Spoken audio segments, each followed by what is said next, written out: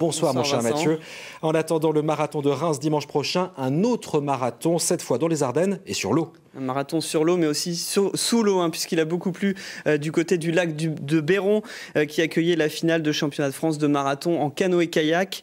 Les conditions étaient difficiles, plusieurs épreuves ont été annulées hier. 800 participants tout de même, parmi lesquels l'Ardennais Étienne Hubert, triple champion du monde, mais privé de podium aujourd'hui. Rebecca Benbourek et Xavier Claes se sont mouillés pour nous. Regardez.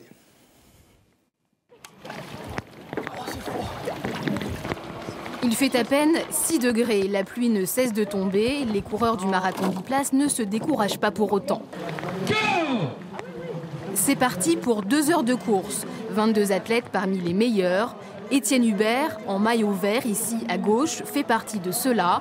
Triple champion du monde, le Sedanais a loupé de peu une sélection au JO de Londres cet été. Alors ce nouveau titre, il le veut. Étienne s'est préparé très sérieusement. Il était déçu hier que les courses soient annulées en kayak monoplace, puisqu'il voulait figurer sur le podium. C'était un de ses objectifs.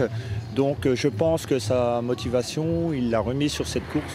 Là, il est dans le groupe de tête. Et tout se passe bien pour le moment, mais c'est pas fini. Les tours s'enchaînent. Étienne Hubert et Bruno Genois, son coéquipier, sont toujours très bien placés.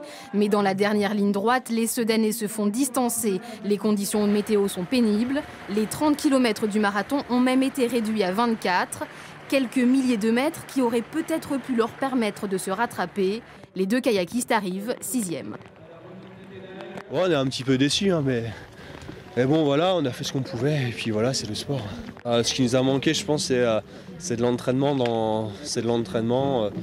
Parce que la reprise était un peu courte, mais on verra, on sera mieux l'année prochaine.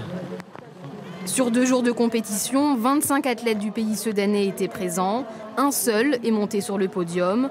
Pascal Nivois a remporté le bronze, catégorie vétéran.